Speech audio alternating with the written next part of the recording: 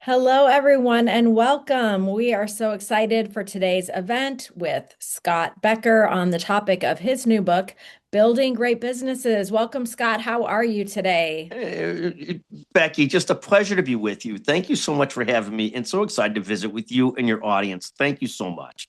Oh, it's absolutely my pleasure, Scott. So, as we get started today, a few notes. We will have a recording of today's session. So, if you find value, we would love for you to share it with colleagues and friends after the event.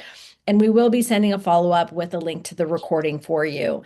As you're getting settled in, we would love to have you say hello in the chat. The chat will be a great place for us to connect in community together. And if you'd like to give a shout out to where you're calling in from, I'm curious if we have anyone in the Northeast where there's a ton of snow this week, or if you're like I am in Michigan and the sun is out and all the snow is melting here. So I imagine, Scott, that you don't have a ton of snow on the ground in Chicago. Is that true? It's actually beautiful today. We had snow a couple weeks ago. It was a decent winter for snow, not crazy, not bad, and it's just absolutely beautiful today. It was a little cold yesterday, but feels great today. I see somebody from Indianapolis, so they're probably 5 to 10 degrees better than we are. Ohio, the same. New Jersey, probably cold. But yes, Yeah, well, it's great to see you all. And if you happen to be representing an organization today and participating in the event as part of your professional development, go ahead and put into the chat what your organization is that you're representing. I'll be thrilled to give you a shout out. But before we get any further, I want to tell you a bit about Scott, the author of the new book, Building Great Businesses. Scott is a distinguished entrepreneur and investor, a legal professional, an author, and a podcast host who has built a remarkable career at the intersection of healthcare, media, and law. Scott is the founder and publisher of Becker's Healthcare, which is a leading healthcare media company, and he's also a longtime partner at McGuire Woods, a top AmLam firm. And Scott has established himself as an authority in his fields. He's also a graduate of Harvard Law School and the University of Illinois. And his entire bio, which you can read with all of his credentials, is also in the chat for you. So, as we get started today, we'd love to find out a little bit about you. And Scott, I'm getting a really big glare from the sun. I don't know if you're able to turn your camera a little bit so we can see your face instead of getting the glare from the sun. Sorry about that, Scott. not at all. Um, Thank you so much. We're moving in a different direction. Hopefully, it'll be okay. It is uh, fantastic. Thank you so all much. Give right, me so a I'm going to second there. launch a poll. We would love to get your feedback on the poll. And we'd love to hear what is the biggest challenge you're facing right now as a leader or a business builder? Um, Is it staying focused as the organization grows and becomes more complex? Is it finding clarity amid competing priorities and constant demands? Is it building a resilient, high-performing team under pressure? Is it learning from setbacks and turning failures into uh, forward momentum, or is it something else?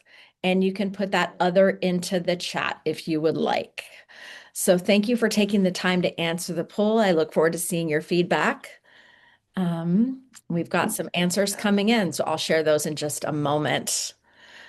I don't know, Scott, I find that many of those are relatable to me as the leader of an organization.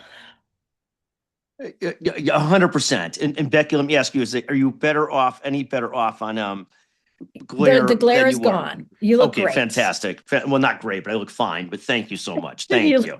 the This is glare is great. gone. We can see your face. We can see the beautiful blue sky. It's all perfect. Yes. All right, so let's take a look at these poll results. And I want to say that I'm looking at the one that has the most responses, and it is absolutely the one that I would pick if I could answer the poll. I can't. So let's take a look at the results. It looks like 60% of you say that the biggest challenge is finding clarity amid competing priorities and constant demands. And there are some other popular responses. I don't see any responses in the chat, but thank you, folks, for taking the time to give your feedback about this, about the poll. So let's go ahead and dive in, Scott. And I am so interested to hear the inspiration behind this book. So, why did you write Building Great Businesses? And what are you hoping it will accomplish for those who read it and those around the world who are able to access the learning? Sure. No, no, thank you so much. And at some point, we'll go back to that poll question and the answers. and think about how we sort of look at some of those answers and how we address those. But I love that poll, and I love the responses on people trying to find clarity amongst competing priorities and constant demands. I love that. And all of us as entrepreneurs struggle with that. Sometimes we're really good at it. Sometimes we really struggle with it. And I think it's a great, great answer and a great poll question. So in terms of the book is the third iteration of a book that we'd written some time ago that was intended originally to put a lot of my business and investing lessons in one place, in part for myself because I point back to the same lessons and concepts all the time, and in part for my children and people that I work with, so I could have an easy place to reference and provide them with here's how we think about business, here's what we think about investing, and so forth and so on. When I wrote the first version of this, it came out so poorly that I went back to the drawing board entirely and completely rewrote it about a summer ago. And this book was written last summer largely, 3 full months, 3-4 hours a day of really just grinding through this. But I had gotten professional feedback on the book, which was intended to sort of the concept I got from the professional feedback and one of my close friends, who I see David Fine, I saw joined onto the webinar, who knows this friend, said, "Look, Scott, the book is well done, but what you're missing is weaving in the story part of it and weaving in the story to go with the ideas on business so that people could really feel it and understand it."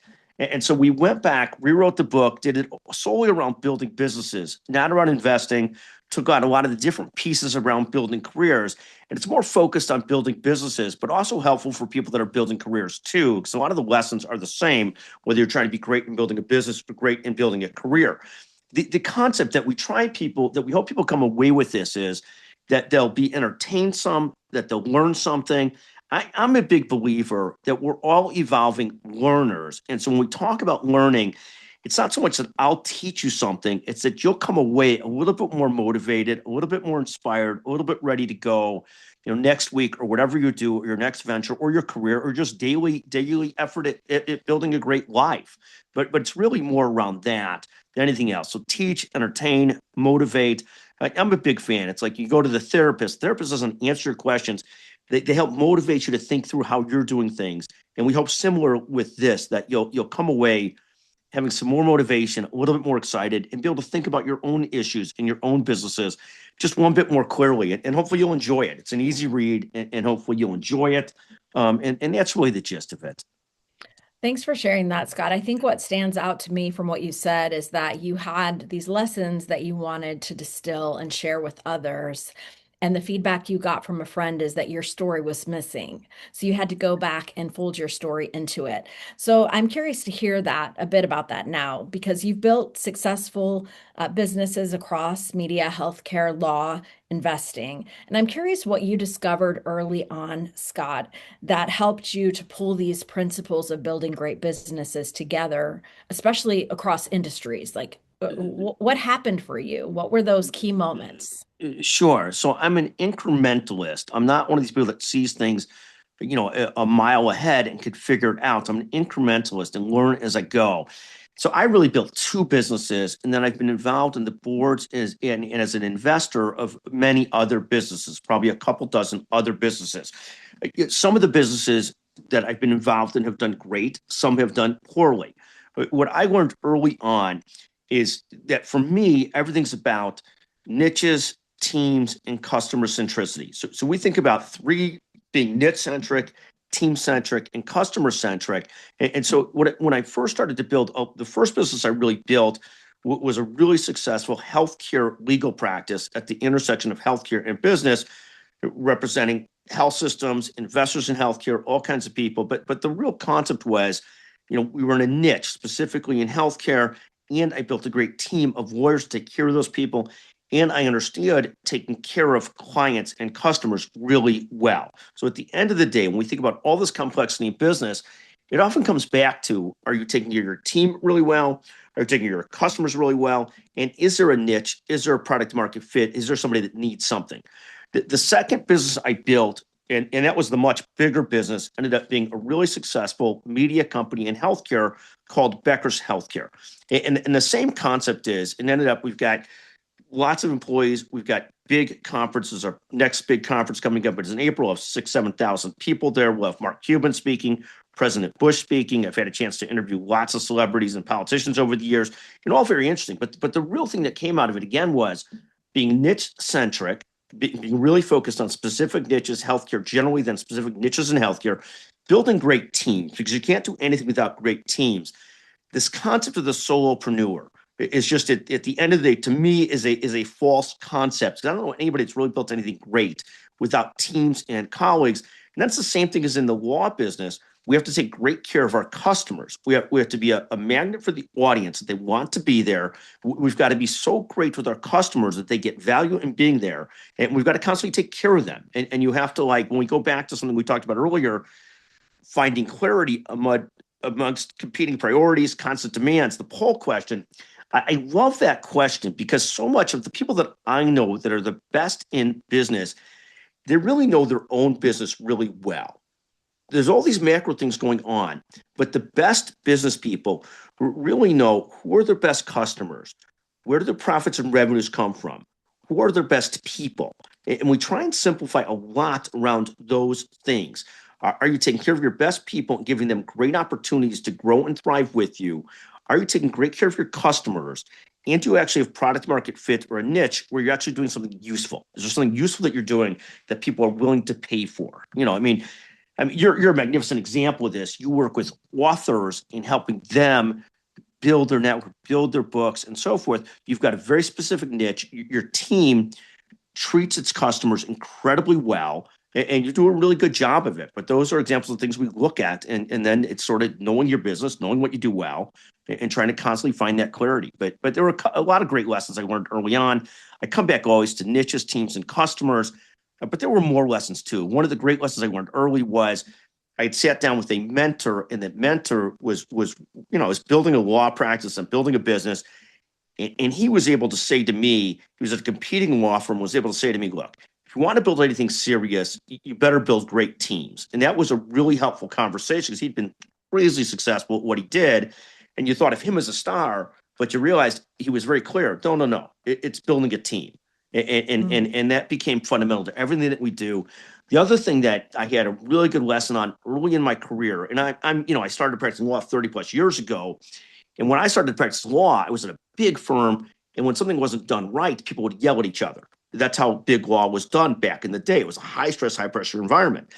And at one time, I was a young lawyer, either a young partner or senior associate, and another lawyer pulled me aside and said, look, we understand that whoever you yelled at might have done something wrong. But when you yell at them, you screw up the culture for all of us. You sort of make it very tense around here and no good. So you might be right that the person didn't get that to the client in the right way and wasn't as responsive and it wasn't as intelligent as it should be. But you've got to find a better way to handle it because at the end of the day, when you yell at somebody, you end up creating a horrendous culture, and it short term works, long term not so good. So we came away with, at the end of the day, the one thing I give myself credit for, I was able to change on a dime and improve how I dealt with people. The second thing I would say is we built this concept of a constant, culture of gratitude, of being thankful, and it ties into many rules we talk about. We've got this rule in business that says, love your 90 percenters. And this comes out of lessons of if you've got somebody who's doing some 90% plus right, you better love them for that. I see managers periodically really nitpicking that 7 to 10% they don't do right. And at the end of the day, that's just bad management because they're probably never going to fix that 7 to 10%. Or if they do, they'll fix it. But you're better off being so thankful for that 90% they're doing great and so forth. So those are a couple of the things that gratitude cultures. We talk about thrive cultures a lot, which we'll talk about some other point at this discussion, hopefully, and love your 90 percenters. But so many lessons you learn over the years in building businesses, things you did right, things you did wrong. And it's an evolving process. Amazing. So those are really important takeaways. And I love the three that you shared, being able to find a niche to build a great team, and from there to treat your customers very well. And that will fuel a thriving business. So, Scott, a lot of leaders will talk about the importance of focus, but when we're looking to grow a business, it creates more complexity. So, I'm curious if you could talk to me a little bit about what you've seen about the first signs that an organization is losing focus and what leaders should do if they see those signs. What are the actions we can take to correct and restore focus? Sure. No. I mean, we see it often, of course, in different businesses, different situations. Like, one example of losing focus is at whatever business you're in, most of us live in an 80-20 world where 20-30% of your customers end up comprising 89% of your revenues for most businesses. And every business model is a little bit different. But on average, a lot of companies have great clients or top 20% of clients, and those are very important keeping the lights on and making things work. And so what we'll often see is situations where you'll have people that spend a disproportionate amount of their time on clients that are in the bottom 5% of the business. And it's not that every client doesn't deserve great attention and focus, but you really have to focus on what's driving the revenues, what's driving the efforts, what really counts, what doesn't. The same thing. If you've got great people used to complain, oh my God, all the opportunities went to her or her or her or that person or that person. And the opportunities go to those people because they're really good at growing and cultivating customers and growing those opportunities. And so what happens is it's unfortunately, business is not a democracy. It comes back a lot that we discussed earlier, knowing your best customers, knowing your best service lines, and knowing your best people. And business should be ultimately very simple. You've got a team that works with you at your business.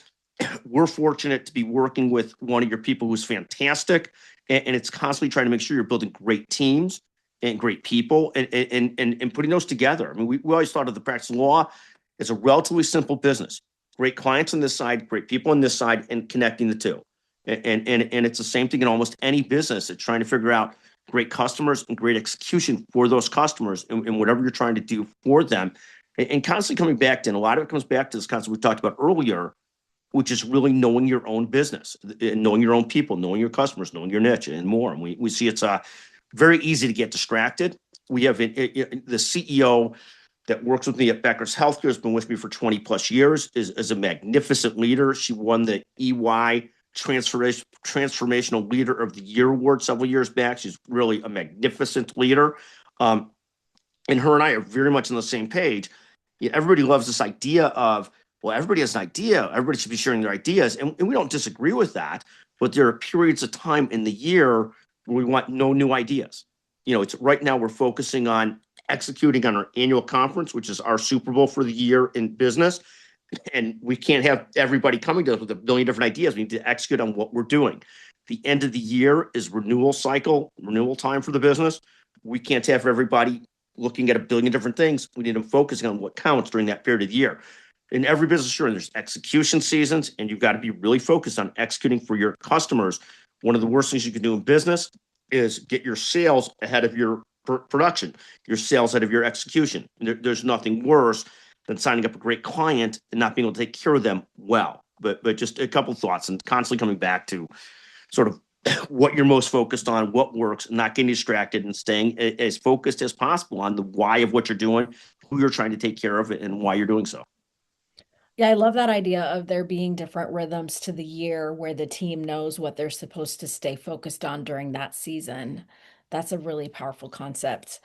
Okay, so let's get to this question about those leaders who are feeling overwhelmed by competing priorities. That is from the poll. Can you share a little bit, Scott, when you talk about clarity? What does that look like in practice? Sure. No, I mean, I mentioned a couple of examples of it already, but like when we have our annual meeting coming up, which has 5, 6, 7,000 people at it, we've got several co-located meetings. It's making sure that our entire team is focused on making sure that that goes absolutely great. I mean, it's one meeting within a company, but it's a very important meeting. Our biggest customers are there, our biggest audience members are there, and making sure that that meeting goes off incredibly well, incredibly effectively. Similarly, as we get towards the end of the year, it's renewal season, being very, very focused on that. Another example is obviously right now, and we'll have a call to action around the book at some point, As you know, I'm very focused this 6 months on trying to get the book into lots of people's hands. And so being very clear, for this 6 months, I've got a million different things going on, a million different businesses going on. But for this 6 months leading up to June 23rd, we're going to say yes to almost every speaking appearance that typically I'm very guarded about my calendar because this is the main priority these 6 months. And it's very similar in business. We've had we have great clients. We constantly track who are great clients. Every week we'd have status calls around our best clients to make sure they're being taken care of really well.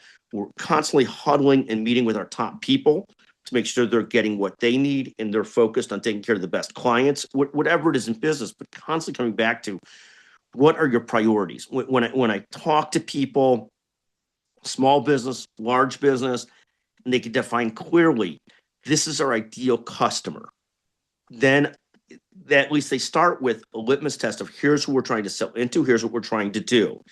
When people can't define who their ideal customer is, we know they're sort of in trouble because they're selling more broadly than a specific type of person. Similarly, if I'm in a business and a team doesn't have several great leaders, several great people, they're probably not going to grow into a great business. But any CEO, any leader, any founder has to know who those great performers are and has to set up a culture where they could thrive side by side with him or her, not in always a top-down way. But it constantly comes back to setting clear priorities, knowing who your best people are, knowing who your best customers are, and constantly coming back to those concepts. And then it takes a lot of discipline to do that. For sure. And we are going to get to those calls to action related to the book. But I want to get a little bit personal now. I know in the books, Scott, you're very open about your wins and losses in your career. And you even said earlier in the call that some of the businesses you've been involved with have done great and others have not. I'm wondering if you'd be willing to share with us how your biggest setback most profoundly shaped the leader and business builder you became. Sure, sure. I mean, all of us have so many different setbacks. I'll just go through 3 or 4 very quickly. So my first 3 years out of law school, I worked at a mega law firm, and it was just a disaster in terms of personally feeling completely burnt out. Had to take some time back, figure out what I wanted to do. Came back to the practice of law after about a year out doing something different. But that was a real setback. I had come out of Harvard Law School. I had performed well enough at the big law firm, but it was crazily stressful. It was just like it was, they used to work 80 hours a week, and they would say, well, you could do whatever you want entrepreneurial in your free time, but I had no free time, and it was just a burnt out person. And I viewed that as somewhat of a personal failure. Fast forward a couple generations, a couple decades, excuse me, I had been in a spot where I had built businesses, had successfully made money. I didn't grow up wealthy, was finally in a spot to invest in sort of private equity funds, venture capital funds, do these side business investments, and thought, oh my God, now I am a player because now I could play at a different game that I never grew up understanding or being a part of. And what you learn is success in one thing does not lead to success in another thing. So you find very quickly, like when you invest in a business, even side by side with the greatest venture capital funds in the world, which and they all sound great when you're investing in them. And then a few years later, you get a call saying that investment, you hear for a couple years it's going great. Then at some point they tell you, well, that investment has gone south.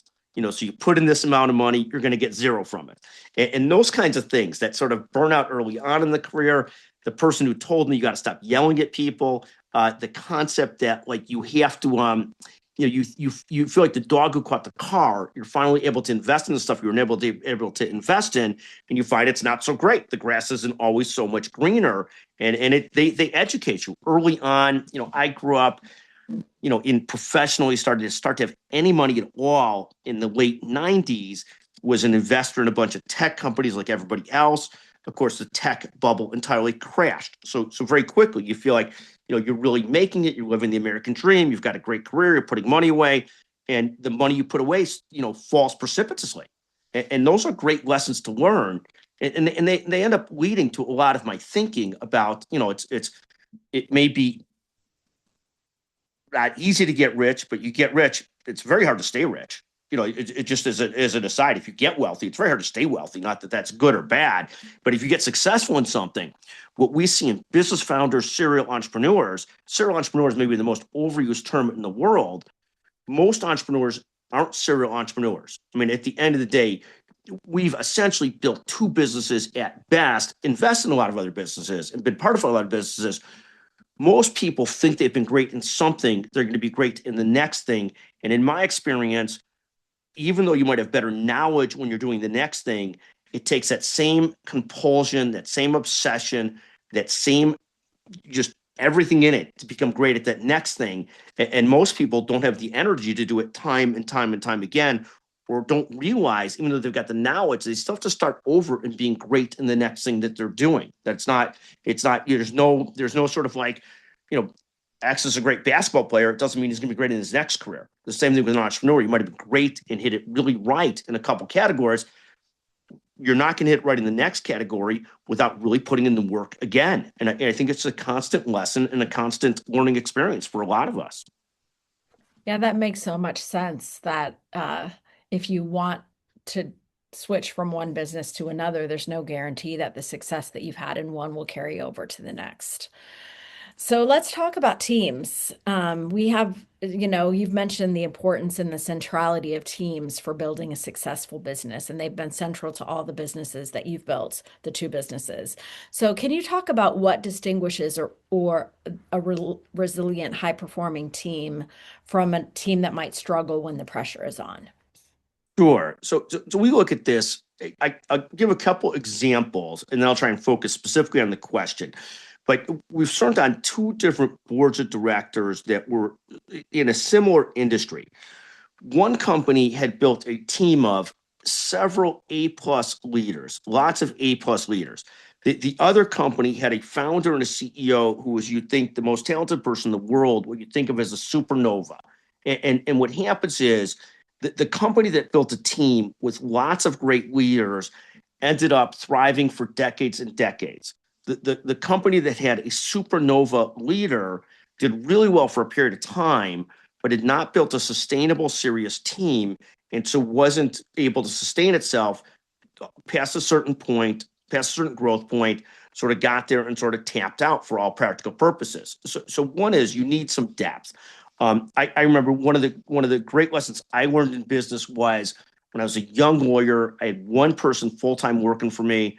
That person was great. That person then left and went to another firm. And you realize in business, you have to build a big enough team and a big enough business to be able to support a team and not be so fragile to any one person. So you're not an expert. It's much like you can't be so reliant on any one customer. I mean, there's decades of writings of companies that got too reliant on Walmart as a customer and then ended up in trouble when Walmart stopped being a customer. So you can't be too reliant on any one person. You can't be too reliant on any one customer.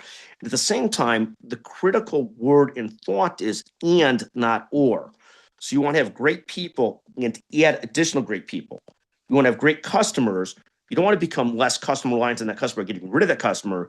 You want to treat that customer fantastically well and add additional customers. And so it's this concept of how do you sort of build depth in your customer book, in your people book, in your team book.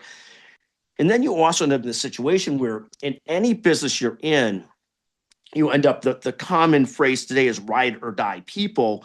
You end up with people that are so important to what you're doing that you never want to lose them.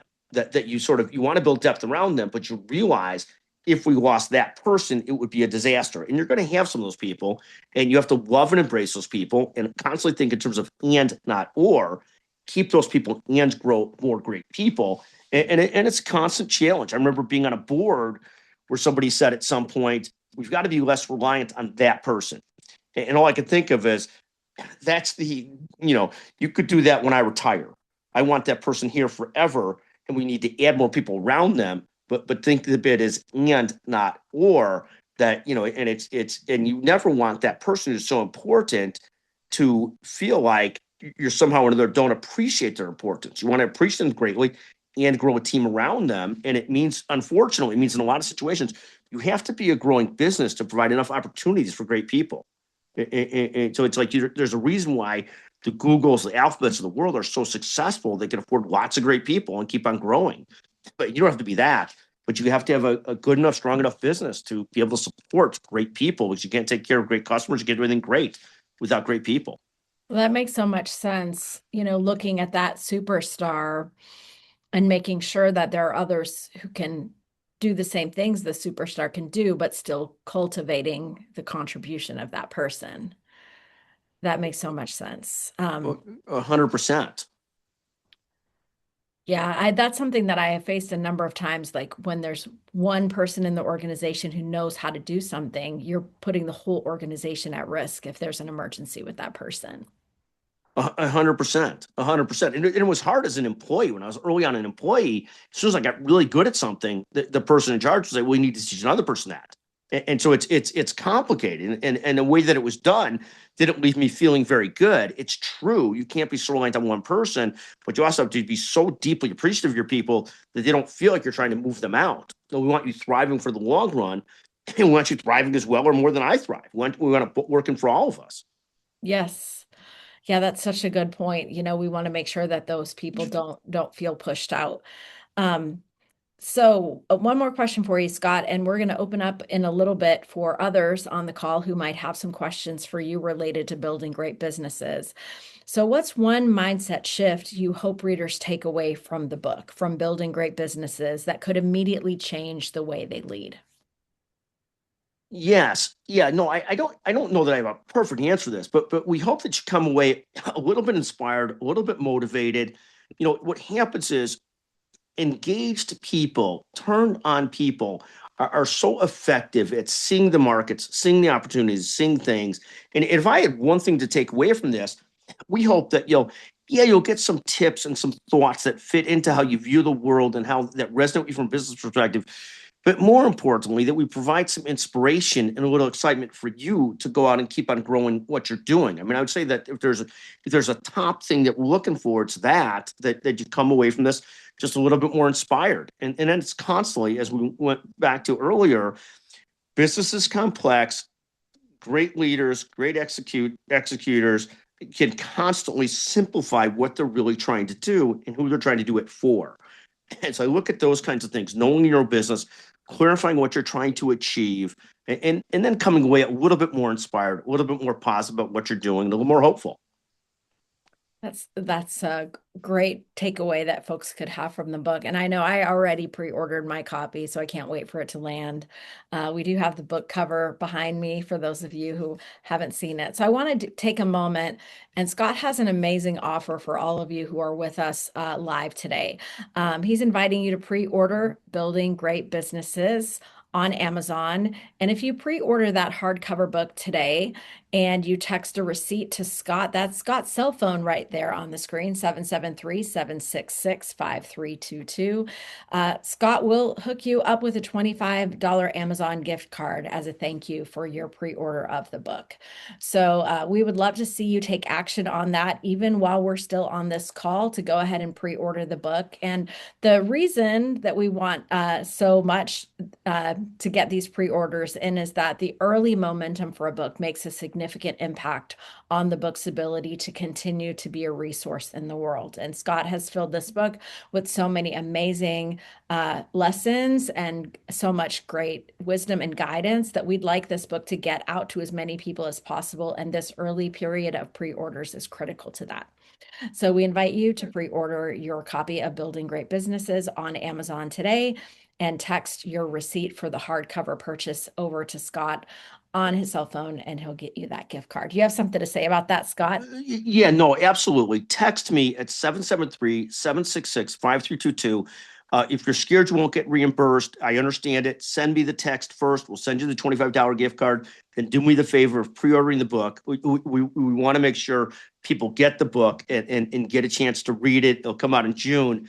But if you text me today or tomorrow, 773-766-5322, we'll send you a $25 Amazon gift card to buy the book. So you're out nothing. You'll get it in June. You'll see if you like it or hate it. But we hope you love it. But please do text me 773-766-5322. We'd love you to buy the book. We'd love you to send a gift card to do it. Thank you so much. Amazing. This is such a powerful offer, and I love the idea of aspiring entrepreneurs getting this book. So if you're going to pre-order today, maybe there's an entrepreneur in your life who could really benefit from Scott's hard-won wisdom across successes and failures in his career. And I just love the 773 area code. My phone number starts with 773 too.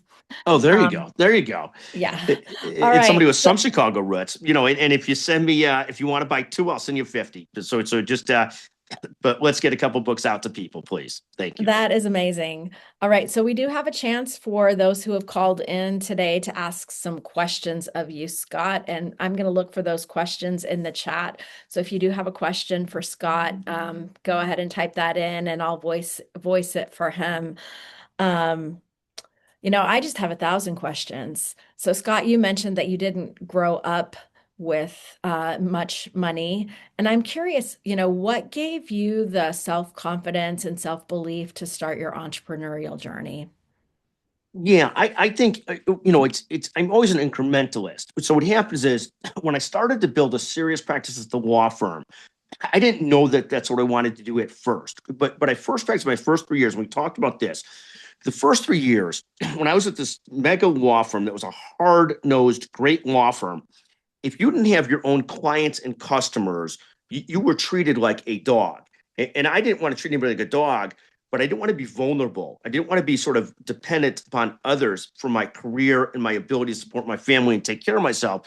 So at some point, the lesson I took in was, oh my goodness, if I'm going to do this, I better build a practice. And a practice in law meant that you had clients that you originated, that you were responsible for, so that you had sort of control of your future. And it wasn't about, it was very clear. If you didn't have it, you were treated horribly. If you did have it, you had some control of your life. So my first goal was to have control of my life. I also ended up in a family where, dad lost his job when I was in high school. Went to University of Illinois. It was a fantastic experience, the best ever. But it's basically free to go to college, and it was like out of a movie. It looks like you're going to University of Illinois because dad lost his job, and it was a fantastic thing. But those kinds of things are very inspirational. When I started the media company, I wasn't intended to start the media company. I was building a newsletter and some other stuff to try and build the law practice. And as I was getting into this, as it got going, as I had this very rudimentary newsletter, this very rudimentary conference, we didn't have keynote speakers, we didn't have anything. We started to, it started to become profitable. And I was like, oh my God, I've got to double down on this and build this, and sort of recognizing the patterns and trends and connecting the dots. So it was really about that. I wasn't, I'd always been interested in business, but I didn't know that it ended up really building a law practice or building a business until I sort of got going. And the lesson I take from this is one of the things we talk about, so many would-be entrepreneurs are constantly whiteboarding ideas. They're sort of like thinking of ideas, like, oh, what an idea for this, idea for that. And what I have found, it's very hard to come up with really good ideas unless you're actually in doing things and involved in things. And then you can see the opportunity. I assume there's an origin story behind Weaving Influence as to how you saw this as a market opportunity and how you got there. And many of us, I assume that you didn't whiteboard, I'm going to represent authors in helping to market their books, that wasn't, but that was more, it came to you from being involved in things and saying, oh, this is a great idea. People need this. And they do. Yes, and I mean, I will share, since you're so kind to use me as an example. I was doing some freelance work, Scott, and I did my first book launch with a client. And then I had other people saying, "Hey, I saw what you did over there. Would you do it for me?" So it was the market was saying this is an idea worth pursuing. I never wrote a business plan or um, had any idea of what an entrepreneurial life would be. So I do agree with you, Scott, that quite often it's a discovery driven process. And I hear what happened with you with the media side of your businesses. You were working on these media assets, you saw them getting traction and momentum. And so you fueled that part in order to get more growth and success. 100%. And we just started to double down on it. It was sort of an epiphany for me at some point. I was reading a magazine one day, and this guy who's a famous entrepreneur who started the computer electronics show, the CES show, had sold that meeting for like $1 billion. And I was like, oh my God, maybe I should look at this media thing as a business, not just as like whatever. And it was really sort of an aha moment. I was like, oh, this could be a business, not just a thought leadership effort, but a real business. And then I started hiring a lot of people into that business. That was very scary. Talk about stress. I had about 10 people on the payroll when it wasn't a business that could support that, and then trying to grow it and sort it out and so forth. And fortunately ended up with some fantastic people and grew a great business. Amazing. So there's a question in the chat from your friend David. David says, what is one of the best lessons that you can provide to someone starting a solo law practice later in their career? Yeah, no, I love that question. And so what I think of is that like so many people are so what we find so many people are like people do a lot around social media. And I think what they should think about is social media as ear support. Really building a practice requires one-to-one contact, one-to-one efforts. So you could do 1,000 things around social media. Far more valuable is the constant networking, the constant one-to-one, the constant letting people know this is what I do. If you're doing mediation around certain types of efforts, it's there's no substitute for yes, the social media and that kind of stuff is branding stuff, but there's no substitute for reaching out to 100 people a week and saying, and then the same people a few weeks later and saying, this is what I do. I just want to let you know. Here's an article on what I do. Here's what I do. I always say writing an article, giving a speech is useless. Distributing that article is useful. And so in really building a practice, it's a different business because you're built around sort of the business you're built around is built a little bit around everybody, but you have to be in front of a lot of people a lot of the time, not selling them, but so they know what you do. So they know what you do. We always viewed it as our marketing, our reaching out to people was not direct selling. It was often we're open for business. I look at this book effort that we're on now to sell books, and the greatest lesson I learned is almost nothing is sold over social media. Everything is sold at the end of the day through direct contact. I mean, that's why so like aggressive about we've got a call to action. Buy a book. We'll send you a $25 gift card because I can do all the speaking I want. But if I don't make it really easy for people to buy, they don't buy, or really easy to be in front of them and know me, they don't buy. And it's, David, you probably received one of those LinkedIn messages at some point asking to pre-order the book, and we appreciate it greatly for everybody that's done so. But you have to be. I see people mistake this concept of social media, ear support for actually selling and building a business. One of the worst things I see in business, we see it a lot. People spend a ton of money on marketing, but they're not doing sales too. And sales means direct contact, one-on-one. And so I view it as, I was referred to Becky. Becky did a great job of following up with me. And she didn't push me at all. She just let me know when you're ready. We're ready to talk to you, stuff like that. And just really, like the people that referred me had wonderful experiences with Becky, and I see why. But it was a great example of sales and marketing. Somebody referred me. Becky followed up. Probably had a handful of free calls till I finally signed up as a customer.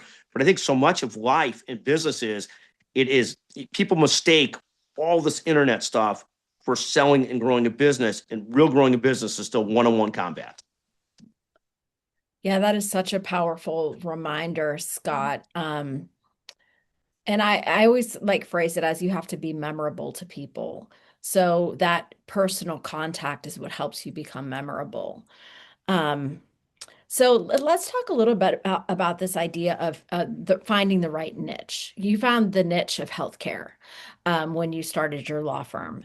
And I'm curious if there are some signals that help entrepreneurs discover that they've found the right niche or not found the right niche. Even with us, you mentioned that our niche is authors, but it's actually even drilled down to authors, to business focused authors or leadership or nonfiction authors. So, how would a founder or leader who's trying to discover the right niche know when they've landed on the right one? Sure. Let me first thank the person from the 510 area code who I'm sending a $25 gift certificate now who bought the book. So thank you so much. Thank you. Thank you. You'll get, hopefully this will get to you shortly, but we're sending Amazon to you right now. So it's coming, we promise. Amazing. Thank you so much. So how do you find the right niche? So at the end of the day, so this is another great business lesson. So when I started my first healthcare serious media effort, it was in a specific segment. It was in a niche called ambulatory surgery centers. And people would say to me, and that area ended up exploding. And people would say to me, oh my God, you were so smart to pick that area. You're such a genius, stuff like that. And I would have to say to them, no genius here. I was testing 3 or 4 different areas. That's the one that we got lots of feedback in and lots of positive response in, and started to build clients in. So I doubled down on that area. I think it is very hard. Very few people I know are such genius that they could just see a market and say, this is where we're going, and really capture and do great with it. Most of us are somewhat growing and incrementalist and figuring it out. For me, it was we tried 3 different niches. That was the one that outperformed the others. And the smart thing is that I was smart enough to see it and double down on it, to recognize the pattern and double down on it. Once we built the media company at a certain size, we couldn't support the type of people we wanted, the type of growth we wanted just in that niche. So then we ended up expanding into 2 more niches. We thought the niche that was closest to surgery centers would be our extra base hit, would be the real growth engine of the company. Of course, it ended up being the other niche that we started in that ended up being 90% of the company. So it's no genius. We tested it, but when we started to see it and we started to see results, we doubled down on it. It's sort of a lot of it's pattern recognition. People beat themselves up because they haven't picked the right niche. They haven't done this, they haven't done that. At the end of the day, a lot of it's testing and growing. There's a great concept in one of the great, business books of all time by Jim Collins, Good to Great, that you fire bullets, not cannons. And his concept is you take some risk in going into an area, but you don't put yourself at total risk. So you test some areas and then you double down on those. We're also a believer in this concept that you build adjacent to what you're doing. So, if you're representing authors, probably the next closest step would not be to go represent rock stars. It might be to represent authors in a different niche, because now you've got this great talent in representing authors. But it's sort of, there's a concept, another great book, Profit from the Core, which talks about building things in adjacent markets. The other thing I'll tell you about niches is we always look at niches and say, can you win in the niche, and is it worth winning? And so the concept is you could have what we call false positives, is that you end up in a niche where you get some early results and you feel like, oh my God, this is going to be great. And every time somebody buys something, it's a dopamine hit. You feel like, okay, this is good. It's moving in the right direction. But you can find sometimes in almost any market, you could dig into and get some hits. But that doesn't mean you're going to have depth in that market and really be able to succeed deeply in that market. And they're 2 different things. So we think about that as well, is trying to separate false positives from real opportunities. And part of it is just constantly studying what's working, what's not working, and starting to understand these things. We think of this concept constantly, and I just mentioned it. Can you win in the niche? So I don't want to be competing against Amazon in the niche. I just don't want to do it. And second is, if I win in the niche, is it big enough to be worth winning in, where I could support a team, build a company, build a business, take care of customers well? That makes a lot of sense. Can I win in the niche, and is it worth winning? I hope I can remember that. I should have a pen and be taking notes. There's so It'll many be in the gems. book. It's in It'll the be in book. the So you'll book. have it in the book, Okay. right? You'll have it in the book. Exactly. Awesome. So I was thinking of a question for you, Scott. It's off the script, but I have noticed about you in our interactions that your team does a lot of this like direct selling, like reaching out, and it's in a way it's a numbers game. So if you're pitching, then a certain percentage will say yes. And I'm curious about the balance for someone who's founding something new. And to David's question about, someone starting a firm later in their career, how much are you a proponent of like cold selling and cold pitching compared to like letting a business grow naturally by the referrals or leads that come to it? Yeah, no, I think it's a great question. I think it's you know, I've always been a believer. We use this concept. You have to dig 10 ditches before they start digging themselves. And it depends the situation you're in. And what I mean by that is you've got to get enough forward momentum going in whatever you're doing till referrals start to come without you doing something to prime that pump, to try and move people forward. So between marketing, between reaching out, between staying in touch with people, obviously, if like anything, if I'm trying to have somebody buy the book, the people that know me or know of me or have been involved with me somehow or another are much quicker to say, yeah, I'm thrilled to buy a book, happy to do so, versus those that hardly know me. So a lot of it has to do with like, how well do you know people, how long you've been related to them, and so forth. And so if we've got 50,000 followers on LinkedIn, like anything, there's 10,000 of those that somehow or another I sort of really know. There's 10,000 I don't know at all. And there's 30,000 somewhere in between that they've been at a Becker's Healthcare conference, they've been on a Becker Private Equity podcast, they've seen something that we do where at least there's a warmer engine for them to be interested in reaching you. And it depends. If you're running a real business, at the end of the day, businesses run on cash flow, and you've got to get to clients, you've got to get to customers. And so we say in any business, there's 5 stages of a business. There's idea. Everybody has one, almost useless. There's actually having a product or service. Then you've got a product or service. The third thing is, do you have revenues? The fourth is, do you have profits? And the fifth is, can you scale? And 4 and 5 could be depending on the business, could be reversed. But at the end of the day, idea, fine, top of the funnel, product or service, you're actually doing something. Third is you actually got customers. Fourth is you've got profits. Fifth is you're scaling. But to get to that third stage of actual revenues, like I was on the phone yesterday with somebody who's got a startup, and they're sort of a little discouraged. They've got a $300,000 in revenues. It's a small supplement type company, I guess is the best way I describe it.